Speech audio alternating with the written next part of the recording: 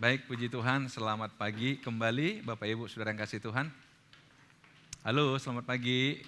Iya, senang kembali bertemu kita di minggu yang ketiga di bulan Februari ya. Seminggu lagi kita akhiri bulan ini, kita masuk ke Maret. Ya, saya nggak tahu selama 2 bulan hampir berjalan seperti apa saudara menghadapi tahun ini. Tapi saya sangat percaya bersama dengan Tuhan, kita tidak hanya bisa melewati masa demi masa, tapi kita tidak tetap diberkati dalam segala situasi. Amin, saudara. Saudara, hari ini saya ingin mengajak kita untuk merenungkan satu hal tentang hidup tenang. Sebenarnya dalam Alkitab agak susah penerjemahannya. Lebih banyak dalam bahasa Inggris digunakan rest, ya, take rest. Dan saya juga lihat kenapa tidak dipakai istilah take a rest, tapi take rest gitu ya. Tapi ya saya coba diskusi dengan Ibu Gembala, ya mungkin take rest itu kalau take rest sepertinya temporer ya. Tetapi yang Tuhan mau adalah memang hidup kita ini setiap ada masalah bahwa kita punya tempat kita berlari, punya tempat kita untuk mengadu, punya tempat di mana kita bisa bernaung, berteduh, beristirahat dan merasa nyaman. Saya kira itu yang kita butuhkan di hidup ini. Karena apa saudara? Hidup ini nggak bisa dipungkiri, kita berhadapan dengan berbagai masalah. Saya sering katakan pada kita dan orang setuju mengatakan, kenapa kita punya masalah? Karena kita berpikir. Kenapa kita punya masalah? Karena kita punya perasaan. Kalau saudara memutuskan tidak mau bermasalah, ya jangan gunakan pikiran, jangan gunakan perasaan. Tapi apakah itu mungkin? Enggak. Jadi sekali lagi, yang namanya hidup, kita harus berhadapan dengan masalah. Karena kita hidup dalam kenyataan. Saudara-saudara, saya ingin ajak kita melihat satu ayat di Alkitab dalam Matius pasal 11, di ayat yang ke-28. Saudara tahu ayat ini sangat populer sebenarnya. Mungkin sebagian saudara udah puluhan kali mendengar. Tetapi pertanyaan saya, kalau saudara sudah tahu ayat ini, apakah ayat ini menjadi berkat bagi saudara? Kalau saudara sudah hafal ayat ini bahkan, apakah ayat ini memberi manfaat bagi hidup saudara? Sering sekali saudara kita tahu ayat Alkitab, tapi hanya sekedar tahu. Tapi kita nggak tahu bagaimana ayat itu bermanfaat bagi kita, berguna bagi kita, memberikan motivasi kepada kita. Marilah kepadaku semua yang letih lesu dan berbeban berat, aku akan memberi kelegaan kepadamu. Sekali lagi, marilah kepadaku, ini kata Yesus, marilah kepadaku semua yang letih lesu. Semua yang letih lesu, artinya semua orang yang punya masalah dengan keletihan, punya masalah dengan beban berat. Saudara, letih di sini ada banyak terjemahan mengatakan itu menyangkut kepada keletihan secara fisik. Tapi ada juga orang yang mengatakan bahwa ini keletihan secara emosi, jiwa. Letih. Kalau kita hanya letih secara fisik, tidur selesai. Tapi kalau letih secara emosi, secara jiwa saudara, tidur justru nggak bisa. Nah saudara-saudara, ini fakta. Yesus mengatakan, marilah kepadaku semua tanpa terkecuali yang letih lesu dan berbeban berat.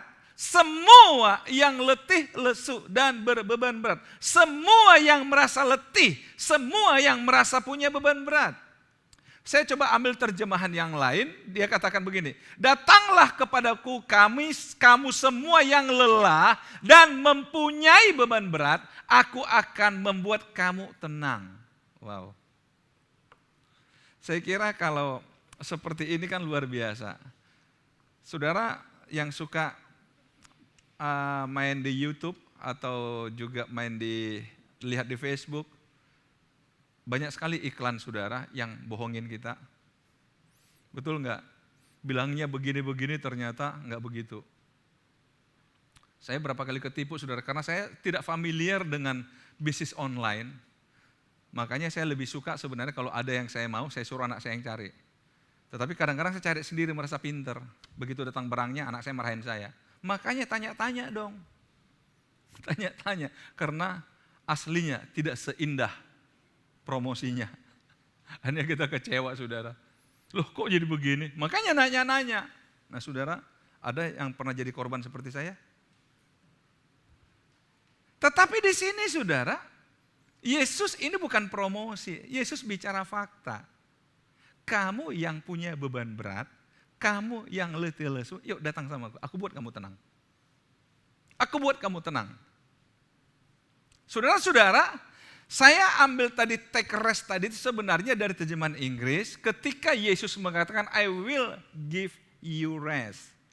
Saya akan berikan kamu istirahat yang baik. Saya akan buat kamu itu nyaman. Saya akan buat kamu itu senang. Wow, saya akan buat. Saya bisa membuat kamu nyaman di hidup ini. Sementara kita katakan, hidup ini berat. Banyak orang mengatakan hidup ini beratlah. Berat. Hidup ini berat, hidup ini berat, hidup ini berat. Apalagi kondisi dalam setahun terakhir, hidup ini berat. Terlalu banyak orang akhirnya pasrah pada hidup. Ya sudahlah, ya sudahlah. Kalau besok masih hidup puji Tuhan, kalau enggak puji Tuhan juga. Tetapi itu bukan kehendak Tuhan. Saudara-saudara, berulang kali saya sebenarnya sudah sampaikan firman Tuhan kepada saudara. Tuhan punya satu keinginan, saudara hidup diberkati Tuhan. Saudara hidup dalam ketenangan, saudara hidup dalam kedamaian. Sampai Tuhan pernah mengatakan, atau Alkitab mengatakan, tidak ada yang buruk yang datang dari Tuhan. Berarti yang buruk itu bukan dari Tuhan. Bahkan Yakobus mengatakan, kalau kamu dicobai jangan katakan dari Tuhan. Tuhan gak kurang kerjaan, gitu, dia gak nyoba-nyoba. Tapi setiap kita itu terjebak kepada keinginan kita yang membuat kita bermasalah. Tetapi Yesus ingin katakan, saya nggak peduli apapun penyebab masalahmu. Yang penting kalau engkau sedang letih, sedang berbeber, datang sama aku. Nggak peduli apapun penyebabnya, saudara. Bukankah ini sebuah tawaran yang luar biasa? Saya ingat dulu, waktu kita masih ibadah di Deli Plaza kalau nggak salah, kita pernah ada tamu orang Indonesia yang tinggal di Amerika ya, masih muda. Dia bercerita, waktu itu dia sebagai anak muda tiba-tiba karena kehebatan dia bisa berhasil punya berapa bisnis. Masih muda. Tapi dia belum kenal Tuhan. Nah, dalam kondisi seperti itu, ada teman dia, orang gereja, satu ketika bilang gini sama dia, hebat ya kamu bisa berhasil, tetapi satu ketika seandainya kamu mengalami kegagalan, kamu panggil Tuhan Yesus ya. Dia bilang apa? Tuhan Yesus, saya bukan Kristen. Iya, siapa tahu aja satu ketika kamu menghadapi kendala, panggil aja Tuhan Yesus. Saudara, dia merasa itu berlalu begitu aja. Tapi nggak tahu kenapa bisnisnya tiba-tiba hancur satu demi satu, habis semua. Bahkan dia bukan hanya habis tapi minus. Dalam kondisi panik begitu teringat dia, teman dia pernah mengatakan kalau kamu punya masalah panggilnya Tuhan Yesus. Saudara, dalam kepanikan dia dan dalam ketidakmengertian, dia mulai bicara. Tuhan, apa kau memang ada? Tuhan Yesus, kau memang ada enggak? Kalau ada, bantu saya dong dalam kondisi. Hanya gitu aja. Dia enggak tahu itu namanya doa, yang penting ngomong gitu aja. Dia bilang tiba-tiba aneh dia bilang. Pikiran saya terbuka dan jalan terbuka, masalah saya selesai. Loh, saya pikir ini ajaib nama Tuhan Yesus. Akhirnya menjadi anak Tuhan, saudara. Jadi waktu datang ke gereja kita kesaksian, dia menceritakan itu. Dan dia ingin mengatakan apa? Ternyata benar. Ketika Yesus mengatakan, marilah kepadaku, hai kamu yang letih lesu dan berbeban berat. Aku berikan kelegaan kepadamu. I will give you rest. Amin, saudara. Jadi saudara, persoalannya adalah kita sudah tahu hidup ini capek, hidup ini letih, tetapi kita nggak tahu cara mengatasinya atau kita mengatasi dengan cara yang salah. Yang umum kita lihat adalah kalau orang keletihan, kalau orang mulai bosan, kalau orang mulai lelah, apa yang dilakukan? Liburan. Itu sangat umum hari-hari ini. Mau kemana? Liburan. Loh kenapa? Udah mulai pusing, liburan dulu. Ternyata pulang liburan capek. Betul? Halo? Pulang liburan capek. Padahal tujuan liburan supaya menghilangkan capek. Pulang liburan tambah capek. Akhirnya perlu liburan lagi, perlu istirahat karena capek liburan. Jadi apa gunanya itu liburan? Atau ada orang pakai cara yang lain karena merasa mulai Nggak ngerti bagaimana mengatasi hidup, mengatasi masalah. Ada banyak cara-cara. Dan Tuhan tahu betul itu. Bahwa manusia pasti menghadapi masalah di hidup. Manusia pasti mengalami keletihan. Manusia pasti mengalami kelelahan. Itulah sebab Yesus mengatakan, hei kamu yang beban berat, yang letih lesu, datang aja sama aku. Datang sama aku. Saudara-saudara yang kasih Tuhan. Ayat ini didahului dengan 2 ayat. Pada waktu itu berkatalah Yesus, aku bersyukur kepadamu Bapa Tuhan langit dan bumi. Karena semuanya itu engkau sembunyikan bagi orang bijak dan orang pandai. Tetapi engkau nyatakan kepada orang kecil. Iya Bapa, itulah yang berkenan kepadamu. Engkau sembunyikan pada orang bijak dan orang pandai. Saudara, dalam kaitan, dalam konteks ini, kalau kita belajar Alkitab ada istilah lihat konteksnya. Ini adalah perikop yang sama. Dari sinilah akhirnya Yesus katakan 28, mari kepadaku yang letih lesu. Berarti salah satu yang Tuhan sembunyikan kepada sebagian orang adalah bahwa penyelesaian masalah terbaik adalah datang kepada Tuhan. Kenapa? Karena diberitahu juga orang nggak mau nangkap. Apalagi kalau dia merasa pintar, merasa bijak, merasa pandai. Ada banyak hal dalam Alkitab yang memang Tuhan tidak bukakan pada orang yang pandai, pada orang yang pintar, yang menggunakan pendekatan logika berpikir, yang menggunakan intelektualnya, yang menggunakan pengalamannya, seolah-olah dia mampu menyelesaikan segalanya. Dan Tuhan tidak terlalu tertarik pada orang yang begitu. Artinya apa? Selama kita masih punya solusi bagi hidup kita, Tuhan akan biarkan kita dengan cara yang kita ambil. Tuhan akan biarkan. Tetapi bagi orang yang mulai menyadari bahwa ternyata dia tidak punya kemampuan menyelesaikannya, Yesus katakan, mari kepadaku. Kalau saya membayangkan ini, kalimat ini pasti kalimat yang sangat lembut. Yang ditujukan pada orang yang sedang tertunduk lesu, yang gak ngerti mau buat apa, yang mungkin mengangkat wajah aja gak punya kemampuan karena beratnya tekanan. Tapi tiba-tiba Yesus memanggil, mari kepadaku. Kamu yang letih lesu, yuk mari. Bukankah ini satu tawaran yang luar biasa, saudara? Amin, saudara. Marilah kepadaku, kamu yang letih lesu. Menarik, saudara, engkau nyatakan kepada orang kecil. Artinya apa, saudara? Bukan karena kita orang hebat maka Tuhan nyatakan sesuatu kepada kita. Justru karena kita merasa kecil atau dikecilkan orang atau dianggap orang gak ada apa-apanya. Saudara, kalau izinkan saya bercerita masa hidup saya dari mulai kecil ya, sekilas aja. Saya bukan orang istimewa sejak kecil. Saya punya adik di bawah saya, itu memang saya katakan istimewa karena dia kalau belajar memang ngotot. Kalau dia nggak juara dari kecil itu pulang ke rumah pasti nangis. Kalau saya juara nggak peduli, yang penting sekolah. Ya agak buka kartu dikit ini saudara, saya SD aja ijazah ada merah. Bukan untuk ditiru. Ini hanya untuk orang tertentu, saudara. Seperti di televisi ada tulisan itu ya. Bukan untuk ditiru ya, tolong ya. Cerita saya bukan untuk ditiru, ada anak saya di sini jangan sampai nanti, papa aja dulu bodoh, enggak. SMP saya lulus, ya puji Tuhan enggak ada yang merah walaupun nilainya hampir rata-rata 6. 6 dikit lah, 67 gitu. Ada sih 8 agama. Ya udah mulai kelihatan mungkin, ini pendeta yang lain boleh rendah. SMA ya sama lagi, ada merah lagi, matematika biasa. Saudara-saudara, SMP pengen jadi pengurus OSIS, gak kepilih. Gak ada prestasi, gimana mau jadi pengurus OSIS? SMA pengen pengurus OSIS, gak kepilih juga, gak ada prestasi. Gak ada prestasi sekali. Yang menarik saudara, waktu saya sekolah pendeta di Malang, itu ada seleksi untuk paduan suara. Setahu saya suara saya gak bagus-bagus amat, tapi cukup lah harusnya. Tapi nggak lolos. Hanya ngiring paduan suara nggak lolos, saudara. Aduh, saya pikir kok kecil sekali saya ya. Kemudian saya kuliah di Jogja, saudara. Berharap pengen jadi anggota senat mahasiswa. Enggak juga. Aduh. Saya pikir apakah saya memang enggak punya prestasi sama sekali, saudara.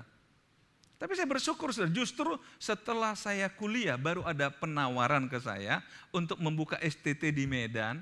Dan saya mau dan langsung diangkat jadi wakil direktur. Umur 24 tahun. Dan umur 25 diangkat jadi direktur. Ih, lompatannya luar biasa. Senat mahasiswa enggak kepilih. Tapi umur 25 saya bisa jadi direktur sebuah akademi. Saya pikir kok lompatannya tinggi sekali. Tapi saya tahu bahwa Tuhan kasih tahu sama orang kecil yang disepelein orang. Maksud saya di sini mengatakan, tapi dari sejak itu saya mulai merasa bahwa saya adalah orang kecil. Bukan orang hebat, bukan orang berprestasi. Sehingga saya belajar menghargai setiap hal yang Tuhan berikan.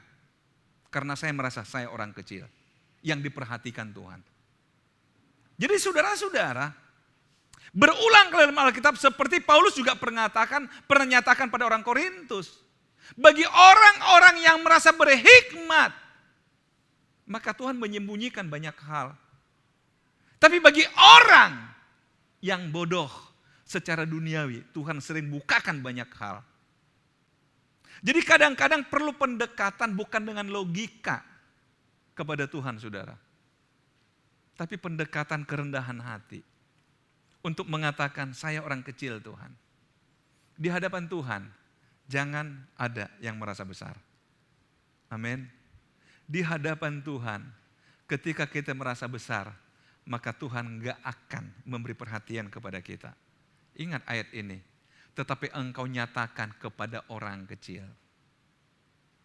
Saudara merasa kecil, engkaulah hari ini jadi pusat perhatiannya Tuhan. Saudara, ayat ini, saudara sekali lagi, dia katakan, aku bersyukur kepadamu Bapa, karena ini kau sembunyikan pada orang pandai, orang berhikmat. Tapi kau nyatakan pada orang kecil. Saudara-saudara, saya kembali pada ayat ini. Marilah kepadaku semua yang letih, lesu, dan berbeban berat. Aku akan memberi kelegaan kepadamu. Marilah kepadaku. Hei kamu yang gak dianggap.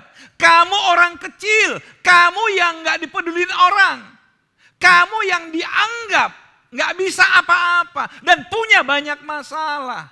Yang punya banyak beban. Mari kepadaku. Saudara-saudara, mari kepadaku. Kamu yang punya masalah. Mungkin saudara pernah mendengarkan begini, kadang-kadang orang ingin menyelesaikan masalah tapi membuat masalah baru. Betul? Dan belum tentu masalah yang ada selesai, tapi untuk menyelesaikannya dibuat masalah baru, akhirnya masalahnya nambah. Atau setidaknya melebar. Nah Tuhan gak mau seperti itu. Yang Tuhan mau adalah, yuk datang kepadaku. Di gereja Padang Bulan saya suka bergurau, saya katakan begini, jemaat, kalau saudara punya beban berat, punya masalah, datang aja ke gereja. Jadi pada saat ke gereja itu tinggalin semua masalah ya, tinggalin. Nanti kalian pulang itu masalah kami sapu semua, kami buang, kami bakar. Jadi Anda pulang, tidak lagi bawa masalah. Tetapi saya katakan begini, kadang-kadang orang ke gereja, masalahnya bukan berkurang, nambah. Karena apa? Dari rumah dia punya 4 masalah. Tapi sampai di gereja, masih di pintu depan, tambah 1. Karena apa? Enggak ditegur. Enggak dikatakan, bapak datang ya, ibu datang ya. Nah kan, cuek sama saya. Tambah 1 masalah, jadi 5. Kemudian mulai ke dalam ruangan saudara, worship leader, terlalu lama suruh berdiri. Tambah 1 lagi. Dia enggak tahu saya samurat ya. Nah, coba, kan tambah 1 kan? Udah jadi berapa masalahnya? 6. Waduh, yang khotbah nembak ke saya lagi. Itu sengaja itu pendeta nembak saya. 7. Akhirnya dia pulang. Dengan berapa masalah? 7 masalah. Minggu depannya, enggak perlu ke gereja. Enggak, tambah masalahku di gereja. Nah coba lihat. Akhirnya dia merasa gereja itu tempat menambah masalah. Itu salah. Gereja tempat menyelesaikan masalah. Nah, mari kita lihat, ada satu ayat, saya ambil dari Perjanjian Lama sebagai perbandingan, saya pakai sabat sebagai perbandingan. Lihat di sini ya. Dalam Keluaran pasal 20 ayat 11, Tuhan berkata kepada Musa seperti ini, sebab 6 hari lamanya Tuhan menjadikan langit dan bumi, laut dan segala isinya, dan ia berhenti pada hari ke-7. Itulah sebabnya Tuhan memberkati hari Sabat dan menguduskannya. Saudara, kalau baca selanjutnya, Tuhan menjadikan ini sebagai satu pola. Dia aja bekerja 6 hari dan pada hari ke-7 dia beristirahat. Dan dia juga inginkan jemaat Tuhan yang bekerja 6 hari, hari ke-7 istirahat. Karena apa? Karena memang kita akan mengalami keletihan. Saudara, sudah menarik bagi saya ketika dikatakan berhenti di sini juga digunakan kata take rest. Tuhan pun memberi satu teladan. Tuhan gak pernah capek, tapi Tuhan menjadikan ini sebagai sebuah pola bagi kita. Ditentukanlah yang namanya Sabat. Orang Israel saudara tahu, hari Sabat, hari perhentian penuh. Kenapa perlu berhenti? Karena Tuhan inginkan, kamu itu perlu istirahat dari keletihanmu di hidup ini. Dan saudara tahu bukan hanya manusia disuruh berhenti. Ternak pun suruh berhenti, tanah pun disuruh berhenti. Makanya Israel itu tanahnya subur-subur. Karena mereka tahu kapan membuat tanah itu istirahat. Kalau kita kan enggak. Pantang lihat tanah nganggur. Saya ingat masih masa kecil dulu saya itu kan padi itu panen 2 kali setahun ya. Sekarang berapa kali? 3 ya. Bahkan katanya mau dipanen 4 kali setahun, ya enggak? Jadi tanah itu enggak pernah istirahat. Akhirnya sekarang apa yang terjadi tanah kita saudara? Jenuh. Jenuh. Tuhan sudah mengatur segalanya. Sabat. Nah tentu sabat kita bukan seperti sabat Israel. Karena setelah Yesus datang ke dunia, Yesus mati, maka istilah sabat itu sudah digeser. Dan anak-anak Tuhan pada masa lalu mengganti dengan hari Minggu. Seperti hari ini saudara. Kalau saya coba ambil ini untuk memahami, marilah kepadaku kata Yesus. Seolah-olah Yesus ingat, ini hari Minggu. Yuk datang ke rumahku yuk. Aku berikan kau ketenangan. Kamu udah capek loh di sini sampai Sabtu. Yuk hari Minggu datang ke rumahku. Aku berikan kamu ketenangan. Ayo datang kepadaku. Kamu letih, mau seberat apapun, ayo datang kepadaku. Ayo. Aku berikan kamu ketenangan. Amin saudara. Oleh sebab itu saudara, ya mungkin sekarang saudara katakan, apalagi yang saudara nyaksikan online, ya pengen datang sih tapi kok gimana-gimana ya gitu. Ya tunggu dulu lah Mr. Covid beralih dulu, baru kita bisa ibadah seperti dulunya. Saudara saya tahu, saya merindukan sekali ibadah kita seperti semula saudara. Setuju gak dengan saya? Bisa sebelum ibadah kita, hahaha cipika-cipiki. Ya mungkin ada yang belum tahu ya, gereja kita ini sangat akrab sebenarnya. Pulang-pulang itu ngopi juga di situ kan, maka ada lobby di situ, ada snack, wow. Tapi sekarang saudara kasih snack pun saudara nggak mau minum, nggak mau makan karena Covid. Menghindari sentuhan, ya itu kondisi. Kita merindukan sebenarnya kembali ke masa lalu. Karena apa? Kita merasa nyaman ya ketemu sama anak Tuhan ya. Nyaman ya di rumah Tuhan ya. Nyaman rasanya. Karena ini Sabat, hari perhentian. Sabat artinya berhenti dari kesibukan yang sebelumnya. Jadi jadikanlah rumah Tuhan tempat saudara berhenti dari segala kelelahan saudara. Jadikanlah hari Minggu, hari ibadah, tempat di mana saudara menikmati ketenangan dalam jiwa saudara. Ketika saudara datang kepada Tuhan. Karena itu berulang kali saya katakan pada saudara, tolonglah. Kalau saudara beribadah itu serius. Dari sejak awal saudara masuk, seriuslah.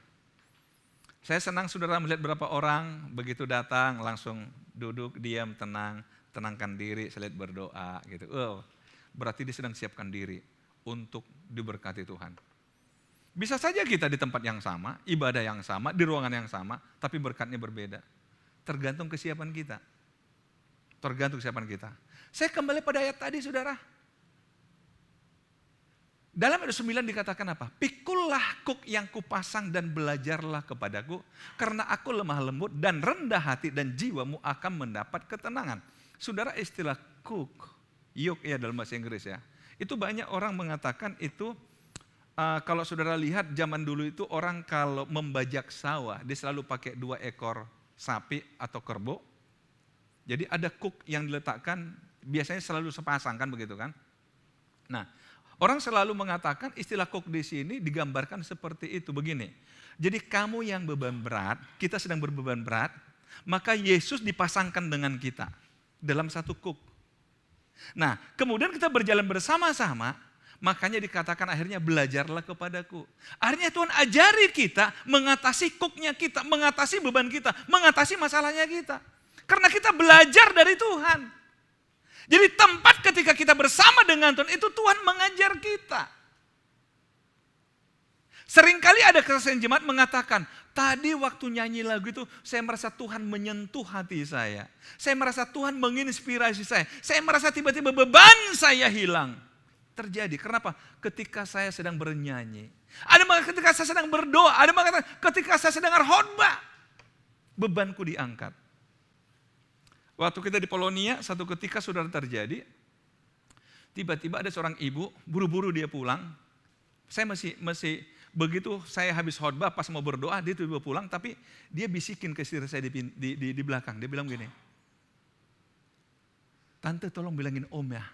Waktu om khotbah, penyakit saya sembuh loh. Saya merasa segar sekarang. Tapi saya harus buru-buru karena saya ngejar ada sesuatu.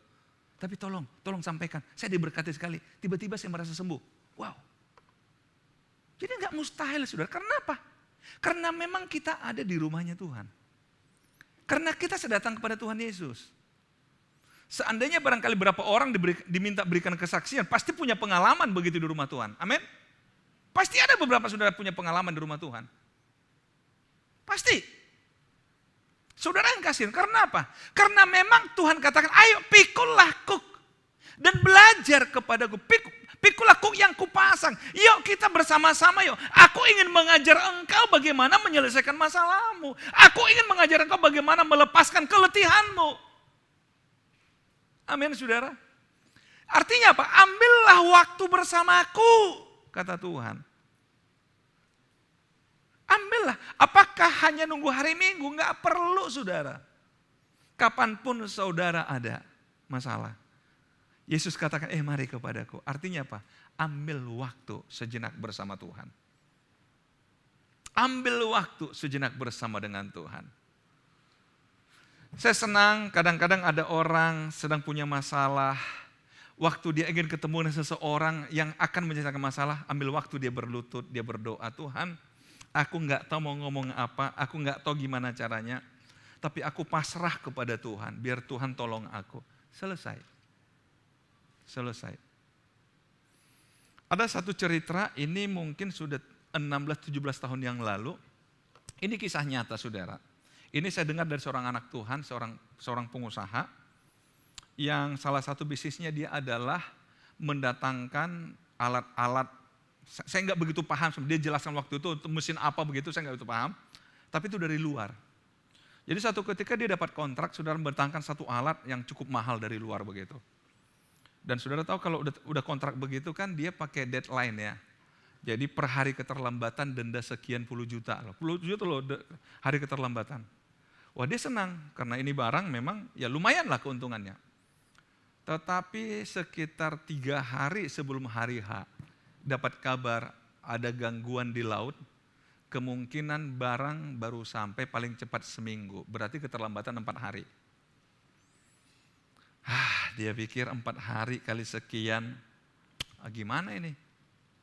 Kontrak udah, ini bukan sekedar janji, ini kontrak. Pada hari sekitar 2 hari, 2 hari atau sehari saya lupa, sebelum deadline dijatuh, di Medan, ini kejadian di Medan. Pagi-pagi dia masuk kantor, dia bilang sama pegawai dia, saya mau ke ruangan saya, tolong jangan diganggu. Siapapun datang dan telepon masuk pun tolong, jangan saya diganggu. Saya butuh waktu sendiri. Saudara, apa yang terjadi? Ketika dia di ruang kantornya, dia cuma doa. Dia katakan begini sama Tuhan, saya tahu semua Tuhan tahu. Ini barang saya terlambat, dan saya harus kena penalti sekian ratus juta. Dan saya siap sebagai konsekuensi dari sebuah bisnis. Saya siap Tuhan. Saya siap. Jadi sebenarnya dia doa itu menyiapkan mental dia untuk sebuah resiko. Dia siapkan mental dia. Jadi dia katakan, saya enggak minta sama Tuhan, nyatakan mujizat, enggak. Dia hanya katakan, Tuhan saya siap. Yang tadi saya untung berarti saya harus rugi dengan bisnis ini. Tapi dia bilang, begitu dia mulai selesai doa, tiba-tiba ke handphone dia berdering. Seorang teman dia, karena teman dia angkat, gimana? Temannya bilang gini, saya dengar barang kamu terlambat ya? Iya nih gini, saya punya barang, lagi nganggur. Persis seperti barang yang kamu pesan. Udah barang saja kirim dulu ke sana, nanti barang kamu datang kasih ke saya. Sudah bisa bayangin. Dia bilang, oh ya, puji Tuhan, haleluya. Enggak kena penalti dia. Karena apa? Tuhan gerakan orang lain. Geser ke sini, nanti sana geser ke sini. Kembali apa? Marilah kepadaku, kamu yang letih lesu dan berbeban berat. Aku berikan kelegaan kepadamu. Amin saudara? Makanya dikatakan apa? Belajarlah kepadaku. Karena aku lemah lembut dan rendah hati. Saudara kalau orang punya masalah kan emosi bawaannya. Halo? Saudara enggak gitu ya? Kalau punya masalah saudara lemah lembut atau rendah hati atau emosi? Boleh satu orang jawab? Tapi Yesus katakan apa? Waktu kamu bersamaku dalam satu kuk itu, kamu mengajar aku tentang kelemah lembutan, tentang kerendahan hati. Dan jiwamu akan mendapat ketenangan. Bisa dipahami saudara sekarang? Jadi waktu bersama dengan Tuhan, Tuhan mengajar kita. Jiwa dapat ketenangan. Hari ini saudara ada dalam ibadah ini.